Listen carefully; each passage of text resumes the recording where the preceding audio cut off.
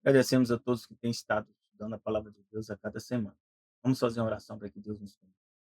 Nosso Deus e Pai, esteja conosco e nos momentos que se seguem. E suas bênçãos em nome de Jesus.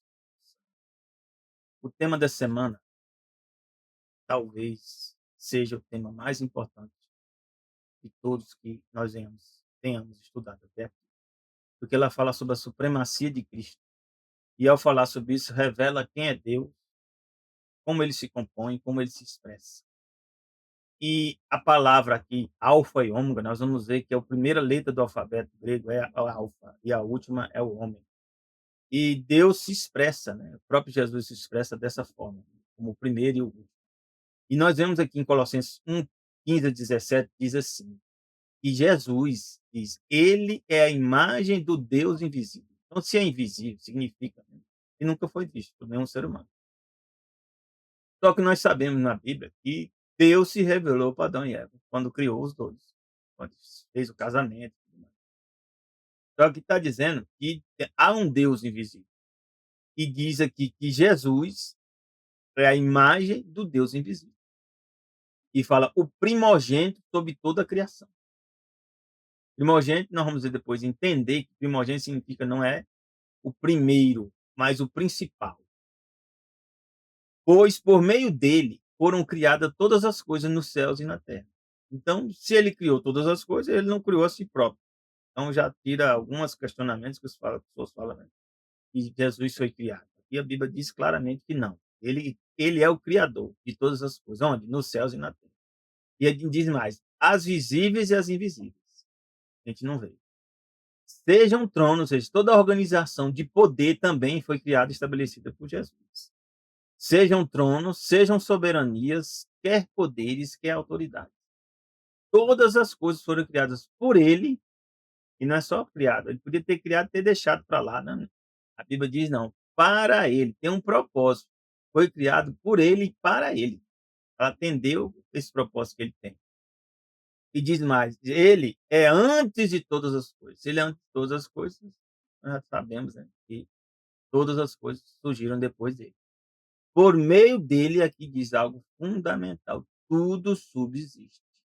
Se o universo ainda existe, a realidade existe da maneira que nós entendemos, nós percebemos, porque Deus mantém, se nosso Senhor Jesus mantém dessa forma. Salmos 90, verso 2 diz que antes que os montes nascessem, ou seja, um dia os montes nasceram, ou que tu formasses a terra e o mundo, significa que a terra e o mundo um dia foi formado. Mesmo, aqui está dizendo, de eternidade tu és Deus. Então Deus é o quê? Ele é eterno. O universo não é eterno. A criação não é eterna. Quem é eterno é ele, o Deus, Criador. Isaías 26:4 diz assim: confiai no Senhor perpetuamente, porque o Senhor Deus é uma rocha eterna. Então, quem é esse Deus invisível aqui? Nós vamos entender que lá na Bíblia, João explica, em João 1, verso 18, que Deus nunca foi visto por alguém. Que Deus é esse? Deus, nós sabemos, Deus é o Pai. Aí diz, o Filho unigênito. Unigênito significa único da espécie. Não é que foi criado, foi gerado. No original não é isso que está escrito. Unigênito aqui é único da espécie. Filho único da espécie. Quer dizer, não há outro. Que está no seio do Pai. Esse o revelou. Então, Deus foi revelado por quem? Por esse Filho unigênito. Quem é esse Filho unigênito? Jesus. Então, o Deus que se manifesta para Adão e Eva, quando eles são criados, é Jesus. Jesus não tinha esse nome ainda, se manifestou na sua glória divina, mas depois nós entendemos que ele só assumiu forma humana, mas foi o Deus que se revelou para eles. E aqui diz ainda, Jesus fala como Deus aqui, diz para mim e para você. Ó. João 10, 27 e 29. As minhas ovelhas ouvem a minha voz. Então, nós temos que ter certeza que nós estamos ouvindo a voz de Jesus. Eu conheço-as e elas me seguem. E ele diz mais: eu dou-lhes a vida eterna. Jesus já está dizendo para mim e para você: vai nos dar a vida eterna. E nunca hão de perecer. Mas perecer é esse aqui. Nós não morremos? Primeira morte. Aqui não é o perecer da primeira morte que todos participam. é a morte eterna. Jesus está falando.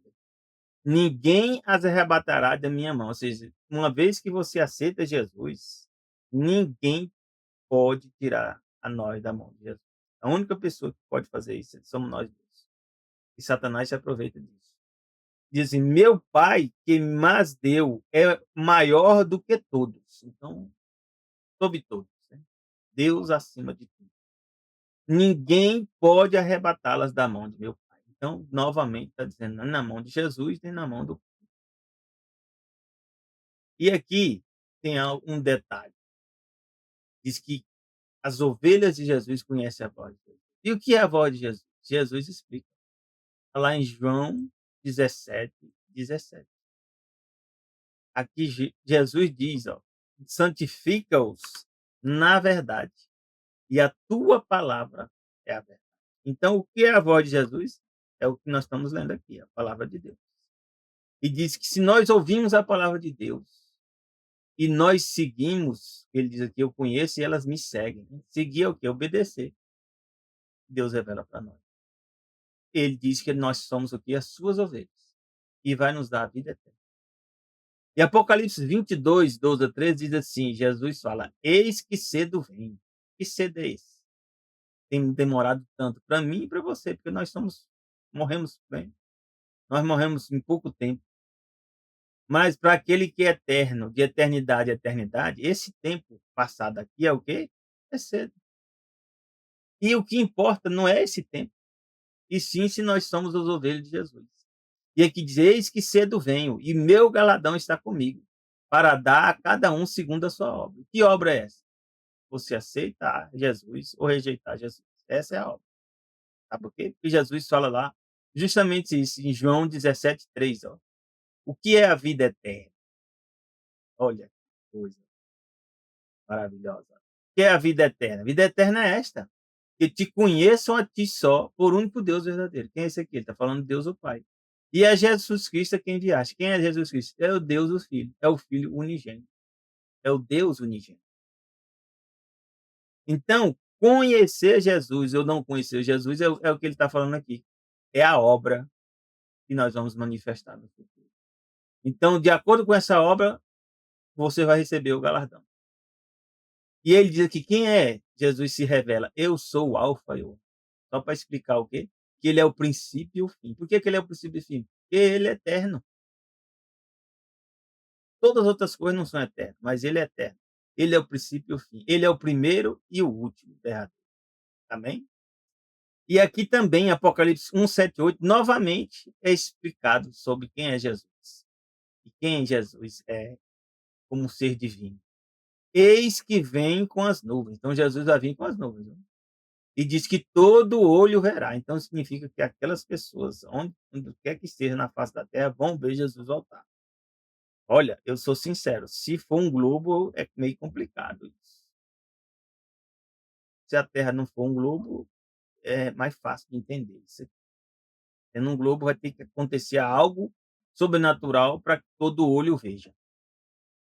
E diz: "Quem são esses que vão ver? Até mesmo os que os traspassaram". Então, aquelas pessoas que feriram Jesus, Jesus prometeu que elas iam ver Jesus voltar. Elas estão mortas. Ainda tem mais, elas não estão no céu não, nem estão no inferno. Elas estão mortas, Jesus vai ressuscitá-las quando Jesus estiver voltando.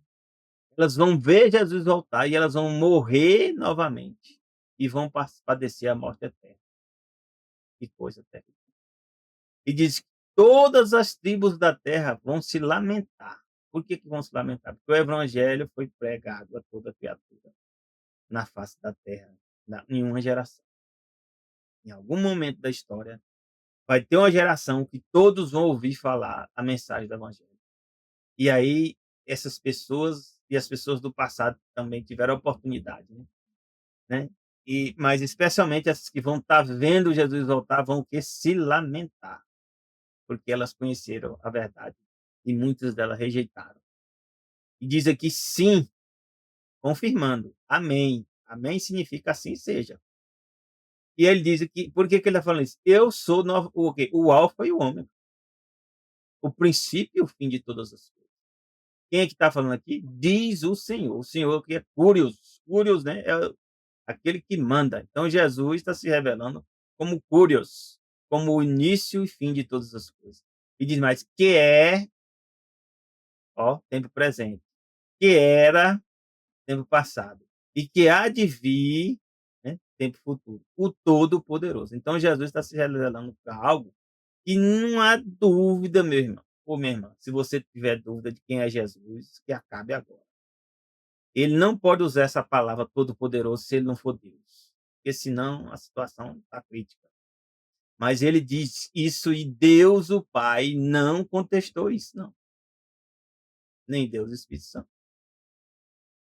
Então Jesus é Deus, meus irmãos ou minhas irmãs. E é o Deus que é a imagem do Deus invisível. Por quê? Porque ao homem pecar, se Deus se manifestasse na sua glória, todos nós morreríamos. Que morte é essa? Morte eterna. Então Deus velou a sua glória e veio habitar conosco. Quem é esse Deus? Jesus. E aqui diz, meus irmãos, o que significa a palavra imagem? Na Bíblia tem vários momentos que fala sobre imagem, né? E nós temos que entender que quando é aplicado para o ser humano é uma coisa, quando é aplicado para Deus é outra totalmente diferente. Aqui em Gênesis 1, 26 e 27 diz: "E disse Deus, façamos o homem à nossa imagem", que aí no original é Tsilem. Tsilem é o quê? Imagem ou semelhança. Conforme a nossa semelhança, isso foi explicado, né. Que imagem é essa? É algo conforme a nossa semelhança. Semelhança é assim, por exemplo, você tem 2 números, um e um, eles são semelhantes, eles não são, a mesma coisa. Não existe essa opção. Então nós somos semelhança de Deus, nós não somos Deus, não temos a capacidade de Deus, mas nós temos semelhança com Deus. E diz: "Que capacidade é essa? De dominar sobre os peixes do mar, sobre as aves do céu, sobre o gado, sobre toda a terra, sobre todo o réptil que se mostra". A capacidade de domínio é algo que Deus nos deu. E diz: "E criou Deus o homem à sua imagem. A imagem de Deus o criou. Homem e mulher os criou". Então qual é a imagem de Deus? Não é o homem, nem a mulher. É homem e mulher que representa a imagem de Deus. Uma coisa importante, né. Então homem e mulher é quem representa a imagem de Deus, corretamente. Gênesis 5:3 diz que o homem depois do pecado, né, antes do pecado o homem foi criado à imagem e semelhança, mas depois do pecado mudou algo. E aqui em Gênesis 5:3 diz assim: "E Adão viveu 130 anos, gerou um filho à sua semelhança", agora não é mais semelhança de Deus não, é a semelhança de Adão. Que semelhança é essa? A natureza de Adão agora já era o quê? Pecaminosa. Então todos nós que nascemos depois do pecado somos semelhante a Adão, não é mais semelhante a Deus não. Perdeu a semelhança com Deus. Conforme a imagem de Adão, que é o quê? Que já houve o quê? Uma degradação. Pôs o nome dele de Sete. Todos nós somos descendentes de Sete. 1 Coríntios 15, de 47 a 49 diz assim: "O primeiro homem da terra é terreno". Então quem é o primeiro homem da terra que é terreno? Adão. Diz que o segundo homem, o Senhor, então está dizendo que o segundo homem é quem é? É o Senhor. Quem é o Senhor? Jesus. Esse é do céu. Qual o terreno? Tais são também os terrestres. Então nós somos todos terrestres por causa de Adão. Então nós somos terrenos, terrestres. O qual o celestial também os celestiais. Então diz assim: "E assim como trouxemos a imagem do terreno", ainda hoje todos nós temos a imagem de Adão, terrena. "Assim no futuro nós traremos também a imagem do celestial". No futuro, quando Jesus nos transformar ou nos ressuscitar, nós teremos qual a imagem? A imagem de Jesus, semelhança de Jesus, que é celestial. É um novo ser que nós vamos ser. Jesus chega um momento, meus irmãos, que ele diz algo que se você tiver dúvida quem é Jesus, que ela acaba. Diz: "Eu e o Pai somos um". Eu fui ver a palavra um aqui no original, é um mesmo, no sentido de uma unidade, único. Então ele está dizendo: "Eu e o Pai somos um", porque Deus é um. Deus é um. Deus é um título. coletivo, mas significa que há um só Deus. Aqui, Hebreus 1, de 1 a 3, explica mais detalhes do ser divino que se tornou humano, Jesus. Diz: havendo Deus antigamente falado muitas vezes e de muitas maneiras aos pais pelos profetas. Então Deus falou em vários momentos aos pais pelos profetas. E a nós falou nesses últimos dias pelo Filho. Então, por Jesus, Deus nos falou a nós. A quem é esse aqui? É Jesus. Constituiu o herdeiro de tudo. Por que Jesus foi herdeiro de tudo? Porque ele sempre foi dono de tudo. Como ser divino, ele era o criador, era dono de tudo. Então, quando ele torna-se humano, ele não perdeu isso, não. Deus manteve essa capacidade, essa condição de ser herdeiro de tudo. Por quem também fez o mundo. Então, Jesus, mesmo velando a glória na forma humana, não podemos nos enganar. Ele é o ser que fez o mundo, ou seja, o universo. O qual, sendo o resplendor no original aqui, ó, não é igual lá em Gênesis. Diz que ele é o resplendor, a palavra é apalgasmo. Apalgasmo significa brilho refletido, fulgência. Então diz que o brilho de Jesus, né, ele é o brilho da glória de Deus, ou seja, a manifestação visível da glória de Jesus. Aí diz: que glória é essa? A palavra dosha, doja é majestade, essa é a manifestação da majestade de Deus. E a expressa imagem, no original a palavra imagem aqui já não é aquela lá de selém, que significa semelhança, ó. O homem foi criado à semelhança de Deus. Já aqui não, Jesus é o quê? É a expressa imagem, no original a palavra é caráter. E o caráter no original significa a expressão exata. Então está dizendo que Jesus é a expressão exata de quem? Da pessoa do ser divino, da divindade. Sustentando todas as coisas pela palavra do seu poder. Então ele sustenta tudo, só pela palavra dele. O próprio universo, a realidade, tudo. Havendo feito por si mesmo, ou seja, fez a purificação para si próprio. Ele, ao morrer, ele pagou a pena perante ele mesmo. Ele é o Deus, ser divino. Então fez a purificação dos nossos pecados, assentou-se à destra da majestade nas alturas. Sentou-se junto com quem? Com Deus, o Pai. Desde quando Jesus se assentou? Desde a eternidade. É o ser eterno. Aí outras passagens vão dizer que Jesus é o primogênito de toda a criação. O que significa essa palavra primogênito? Como eu falei antes, né? O significa principal, o mais importante.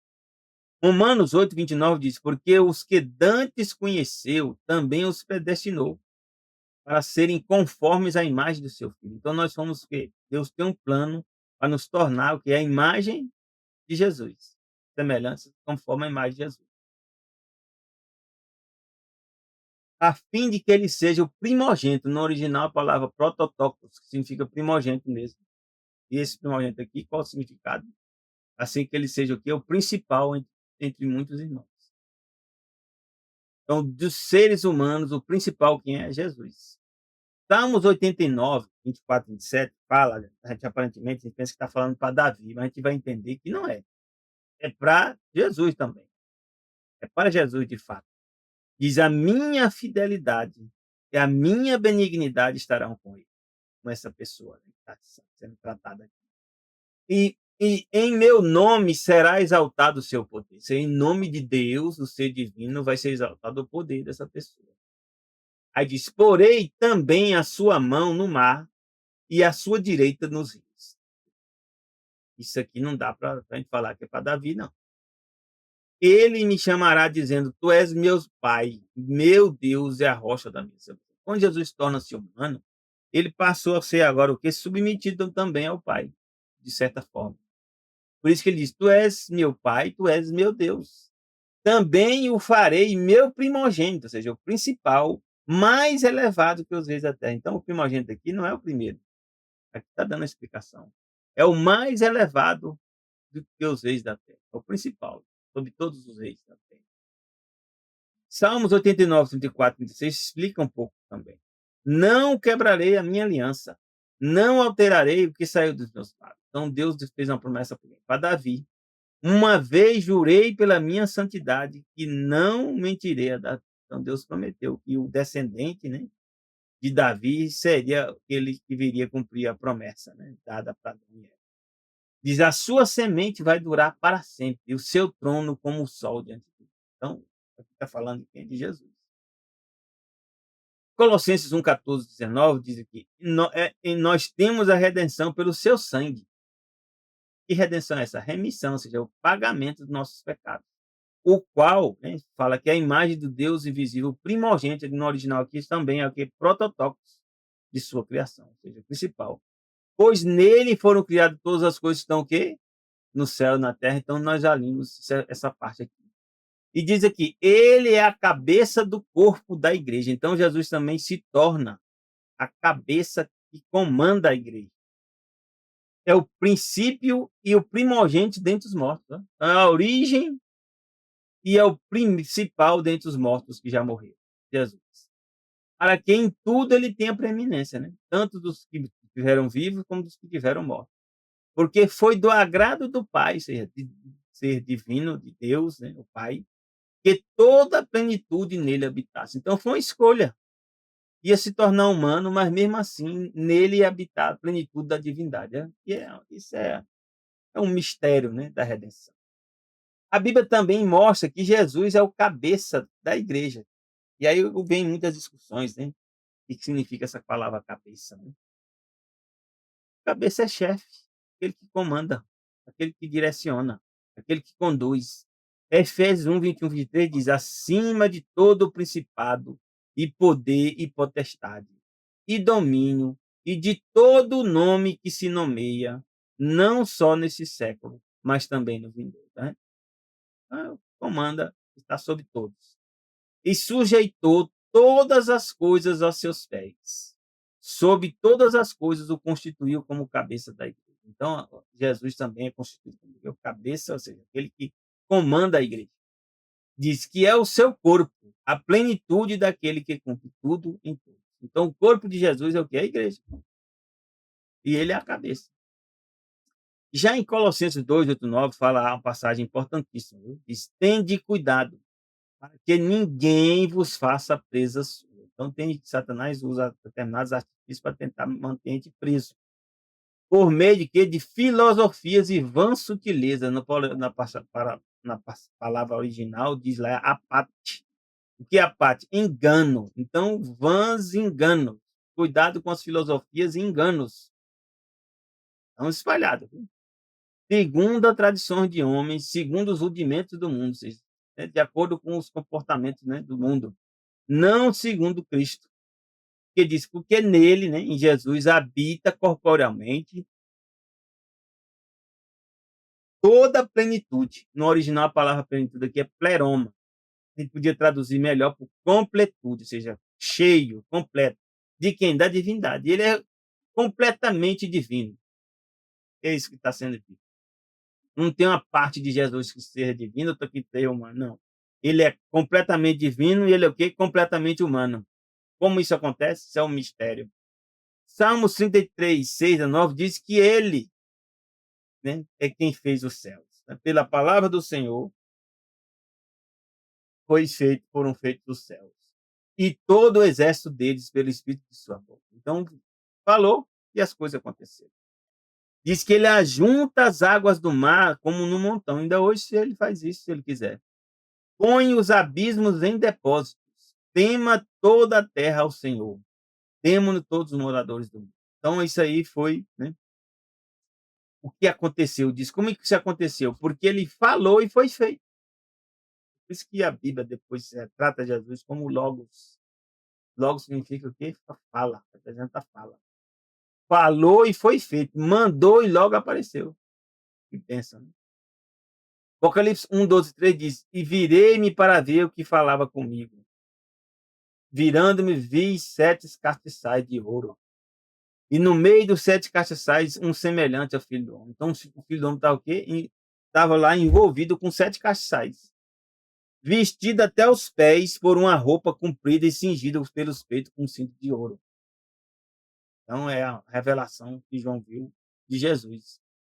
E em Apocalipse 1:19-20 diz assim: escreve as coisas que tem visto, e as que são, e as que depois desta hão de acontecer. Então, isso foi enviado para nós, né? Para nós tanto vermos o presente, né? Como vemos o passado, e não entendemos também o que? O futuro. O mistério das sete estrelas que viste na minha destra e dos sete castiçais de ouro. Que mistério é esse?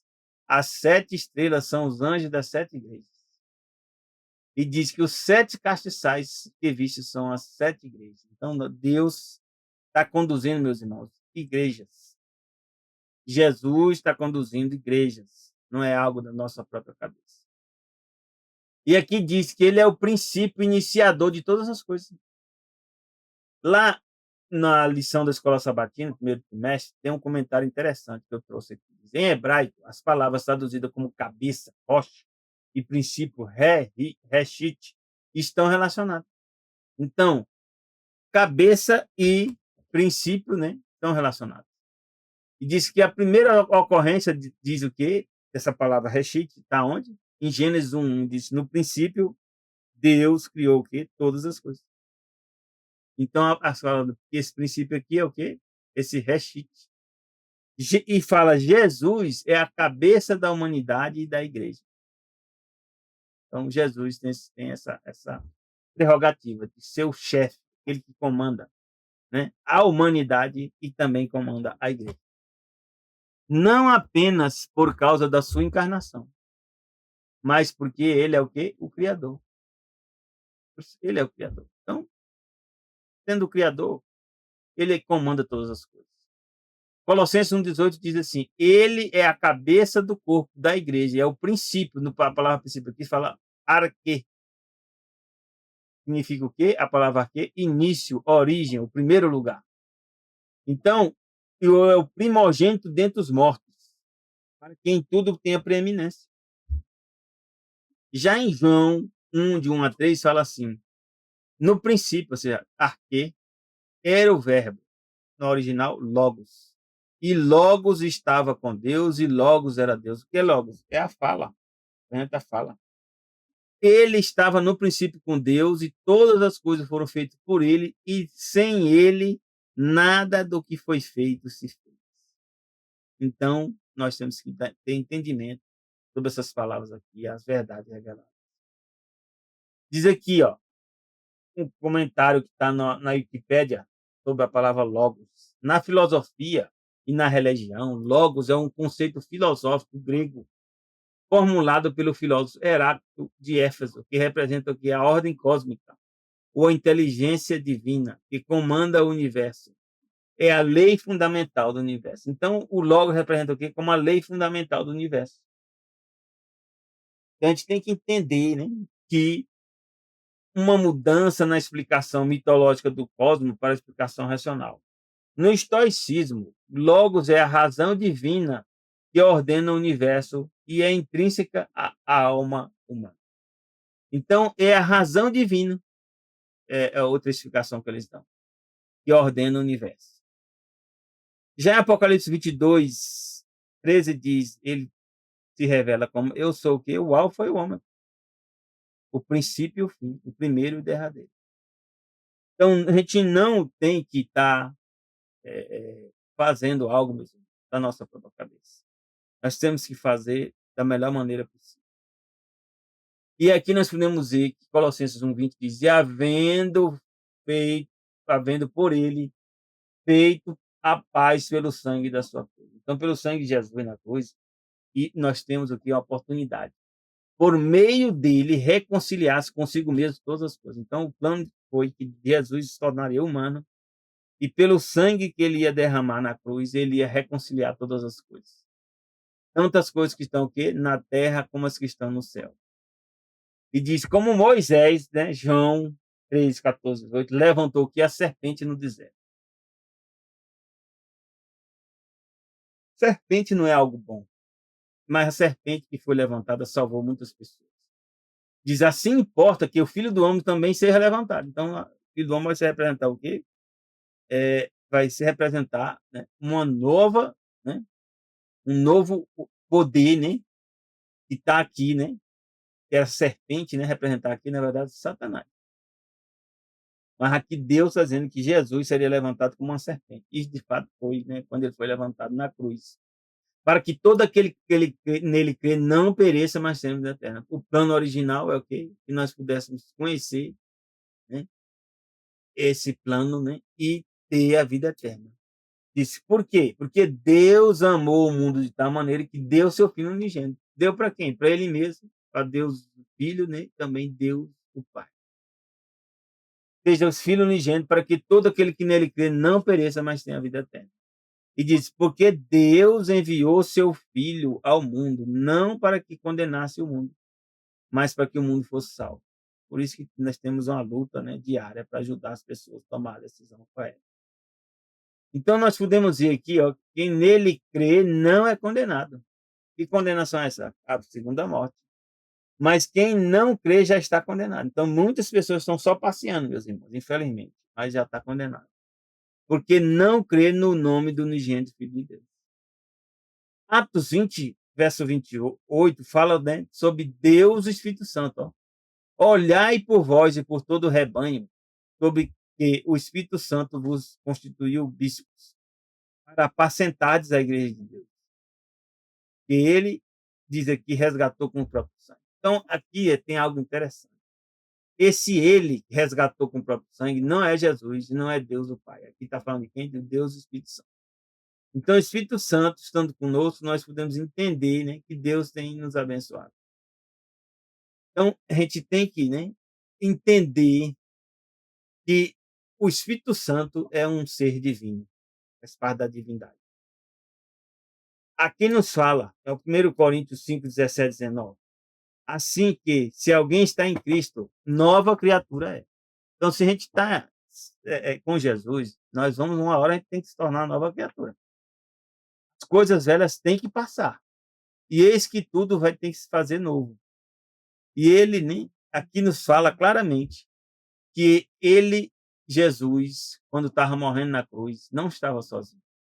O que diz? Que Deus nos reconciliou consigo mesmo por meio de Jesus, por Jesus Cristo. Então, reconciliou consigo mesmo quem é aqui? Não pode ser Jesus. É Deus o Pai. Então, Deus o Pai se reconciliou consigo mesmo por meio de quem? De Jesus. Quando Jesus estava morrendo, Deus o Pai também estava junto e Deus o Espírito Santo também. E nos deu que o ministério da reconciliação. E aqui fala algo maravilhoso, que diz, isto é, Deus, que Deus aqui, Deus o Pai estava em Cristo, que é o Deus o Filho, reconciliando consigo o mundo. Mas estava sozinho, os dois, né? Não, a Bíblia diz que o Espírito Santo também nos comprou com seu próprio sangue. Está ali em Atos 20, 28. Então, o Filho comprou, o Pai comprou, o Espírito Santo nos comprou. E fala, Deus estava reconciliando consigo mesmo o mundo, não nos imputando os pecados, e pôs em nós a palavra de reconciliação. Que bênção, né? Nosso Deus, meus irmãos, é maravilhoso. E aqui eu vou trazer para vocês algumas passagens do Espírito de Profecia que eu recomendo você ler. Esse livro é maravilhoso. Patriarcas e Profetas, página 36. Explica mais alguns detalhes do que nós estávamos estudando. Diz que em um dado momento, quando Satanás estava tentando controlar o céu, né, Deus reuniu todo mundo. Diz, o rei do universo convocou os exércitos celestiais perante para, em sua presença, na presença do exército de anjos, né, apresentar a verdadeira posição do Filho. Então, o Filho ainda não tinha se tornado Filho como nós conhecemos, né, na pessoa de Jesus. Mas ele já era o Filho eterno, porque o plano da redenção sempre existiu. Então, ia revelar como é que é esse plano, mostrar a relação que esse mantinha com todos os seres criados. Que relação é essa? Aqui diz o Filho de Deus, meus irmãos. Isso aqui é profundo demais, meus irmãos. O Filho de Deus partilhava do trono do Pai. Então, o Filho de Deus, Jesus, também governava junto com o Pai. Ainda diz mais, a glória do ser eterno. Quem é esse ser eterno? Pai, Filho e Espírito Santo. Existente por si mesmo. Então, o Filho, né? Então, Jesus também é o que? Existente por si mesmo. E diz que a glória do ser eterno rodeia quem? Está em Jesus, está em Deus o Pai. Ele falou que rodeava a ambos. É uma maravilha. Hebreus 9, 13, 14 diz que, portanto, se o sangue de bodes e touros e a cinza de uma novilha, aspergidos sobre os contaminados, os santificam, quanto à purificação da carne, então isso funcionou por determinado tempo, né? E aqui diz que quanto mais o sangue de Jesus Cristo, né? Que ó, pelo Espírito Santo. Quem é o Espírito Santo aqui? Que fala algo diferente. O Espírito Santo aqui é o Espírito eterno. Ele é eterno, então só tem uma opção, ele é Deus. A si mesmo se ofereceu sem mácula a Deus, né? Jesus fez isso, pelo Espírito Santo. Purificará a nossa consciência de obras mortas para servirmos ao Deus verdadeiro, Deus vivo. Conselho, né? Eu acho que é sobre saúde, diz assim: a divindade moveu-se de compaixão pela raça humana. O Pai, o Filho e o Espírito Santo renderam-se a si mesmos e estabeleceram o plano da redenção. Então, nós podemos entender, meus irmãos, que há algo que impossibilita Deus de agir? Não há. Com Cristo deu ele, né? O Pai deu, né? Todas as riquezas do céu para que de alguma coisa pudesse falar no plano do surgimento do mundo. Mateus 28, 18, 20, é por isso que Jesus chega em determinado momento, ele foi para o céu e voltou, ele já veio o quê? Com a resposta, né? De muitos questionamentos, muitos pedidos que foram feitos antes. E aqui explica, Jesus chegou, né? Depois de ressuscitar, e diz: é-me dado todo o poder no céu e na terra. Por que diz isso? Porque quem governava era Adão. Adão passou o governo da terra para quem? Para Satanás. Adão passa o governo da terra para Satanás. E Jesus vem o quê? Como ser humano para resgatar esse governo. Jesus morre na cruz, vai para o céu e toma de volta esse governo. Aí, por isso que ele chega aqui: é-me dado todo o poder onde? No céu e na terra. Portanto, ide e fazer discípulos de toda a nação. Então, se Jesus, meus irmãos, só existisse Deus o Pai, ele ia falar o quê? Batize em nome de Deus o Pai e acabou. Mas ele mandou batizar em nome de quem? Em nome do Pai, em nome do Filho e em nome do Espírito Santo. Aí sim você está apto, né, a fazer, né? Ou apto para entender, né, de fato, que, o que Jesus quer nos ensinar? A palavra dele, as Escrituras. E ensinar o quê? Não só ler, mas guardar. E eis que estou com você, né? Se você fizer isso, Deus, Jesus vai estar contigo todos os dias até a consumação do mundo ou dos séculos. Amém. Porque assim seja. Que Deus te abençoe, meus irmãos. Deus te dê um bom fim de semana. Já desejo aqui um feliz sábado. Começa aqui no pôr do sol da sexta, no pôr do sol do sábado. Graça e paz de Deus para ti e teus familiares. Amém.